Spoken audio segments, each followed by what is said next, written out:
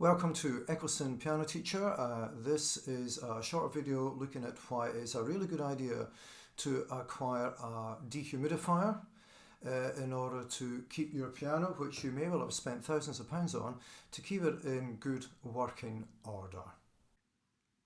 And later on in the video you can see a clip of a model showing the action from a grand piano. This is from a piano sales room in Bolton in England.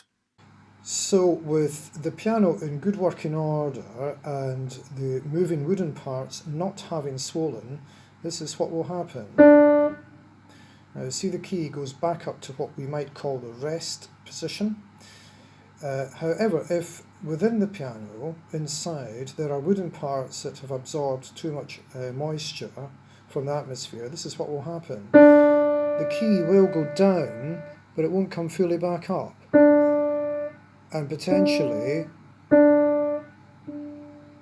you won't get the same purchase, you won't get the same grip, and the note may not even sound again. The pupils will spot this, even those who are below grade 1. They'll start to mess around with it. When they see that, they'll start to touch it and they'll ask me, what is going on? So that's why it is important to just watch the humidity in the room that your piano is located within. This D, if I'm playing a scale or something, the key will go down, but it doesn't come back to rest necessarily. No. And we get this when it doesn't come back. So what's the problem? Well, the problem there is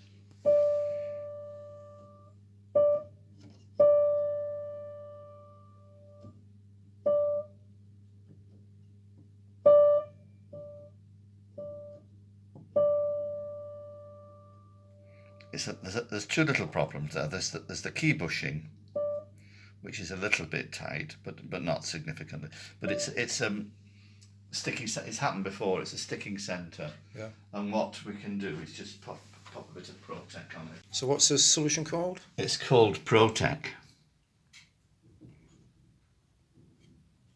and it just relieves drives the moisture, because it's humidity that's causing that. I've been trying to keep the humidity down under 70. Yeah. So it's been knocking about 60. Should I try and keep it lower than that? Well, you could try. So this Protec, is it called? Is it expensive? You see how it's completely free now. Humidity, that's the moisture in the atmosphere, is really a problem for pianos, as there are so many wooden parts in a piano, and this next video will demonstrate this. For instance, since Steinway designed it well over 100 years ago. So this is what's this called, the roller That's action? the roller action, which because is about the thing that the hammer shank moves on is the action. If you think of everything as that, it's got to work perfectly together, very smoothly, even to this bit here where if that doesn't actually balance out, it won't return.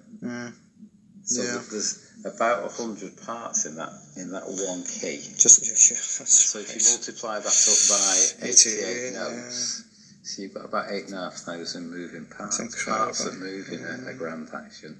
Slightly different in an upright, but even there's about 5,500 parts. In your average upright. Yeah. So when people look at pianos and say, "Oh, they're really expensive," they're not actually. The amount of materials that they use, and they can't mass produce them, they've got to be hand built. So the first hygrometer I'm going to show you is this small black one. The 62% shows the humidity according to this device, and the other figure, of course, is the temperature, 18 degrees centigrade. The second hygrometer shows 68% humidity and 17.5 degrees centigrade. I like to have two because they're never the same, and apparently trying to get hygrometers which are totally accurate is very difficult. So it's good to have two of them, so you can perhaps go for the average in order to estimate what the humidity is in your room.